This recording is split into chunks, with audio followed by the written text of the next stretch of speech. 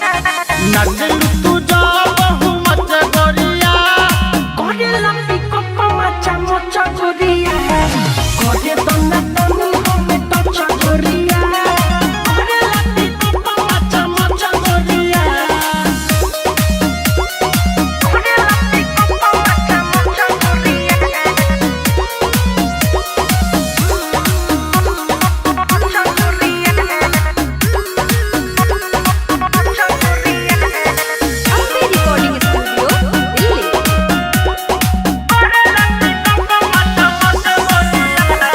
चोली से चीनी तोरा गिरे हो कमर हिलाव धीरे धीरे हो ऊपर से नीचे पोलाइल बारू बाछी तू गिरे हो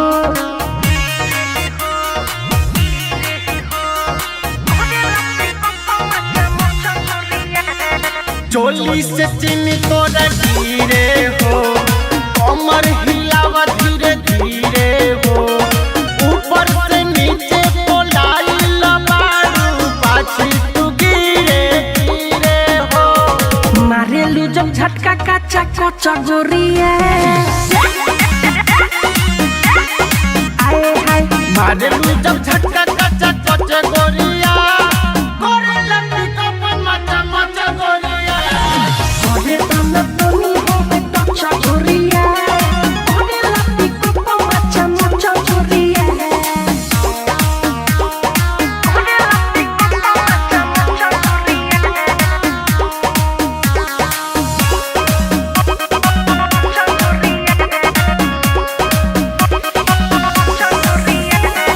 कहिले मिठू मार सहल हो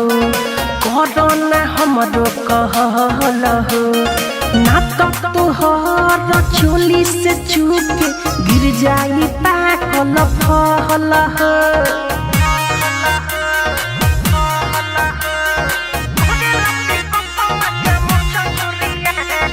पहले मिठू मारल हो कोरोना हमरो कहल हो न तो तोहार चोली से चूके गिर जाई पाकल फल हो भोला धीरे से रह बच गोरिया भोला धीरे से रह बच्चा गोरिया कोरे लंबी कोप मचा मचा गोरिया करे दोना तनी हमें टच गोरिया करे लंबी कपड़ा मचा मचा गोरिया कोरे तन्ना तन्नी होमे टचा गोरिया कोरे लंबी कोप मचा मचा गोरिया